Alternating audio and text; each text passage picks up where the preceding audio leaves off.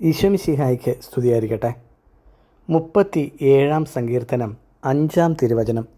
നിന്റെ ജീവിതം കർത്താവിന് ഭരമേൽപ്പിക്കുക, കർത്താവിൽ വിശ്വാസമർപ്പിക്കുക, അവിടുന്ന് നിന്നെ നോക്കിക്കൊള്ളും. എന്ത് മനോഹരമായ വചനമാണത്. 3 കാര്യങ്ങളാണ് പറയുന്നത്. ഒന്നാമത്തെ കാര്യം, നിന്റെ ജീവിതം കർത്താവിന് ഭരമേൽപ്പിക്കുക.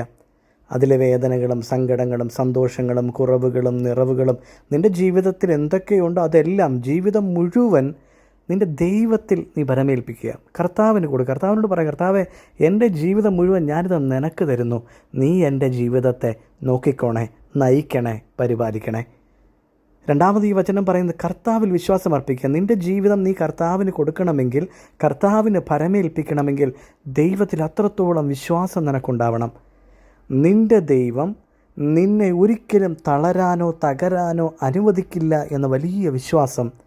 സഹനങ്ങളുടെ ഇടയിലും വേദനകളുടെ ഇടയിലും ദൈവം നിനക്ക് വേണ്ടി ഒരു വലിയ പദ്ധതി തയ്യാറാക്കിയിരിക്കുന്നു എന്ന വലിയ വിശ്വാസം.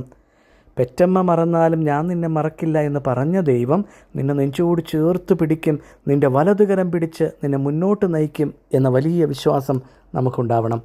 ഈ 2 കാര്യങ്ങളും ഉണ്ടെങ്കിൽ കർത്താവ് നിന്നെ നോക്കിക്കോളും.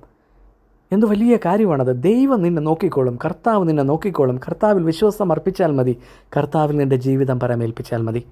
തലവണങ്ങി ആശീർവാദം സ്വീകരിക്കാം.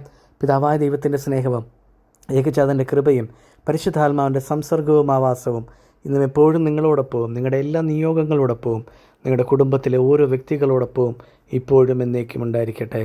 ആമേൻ.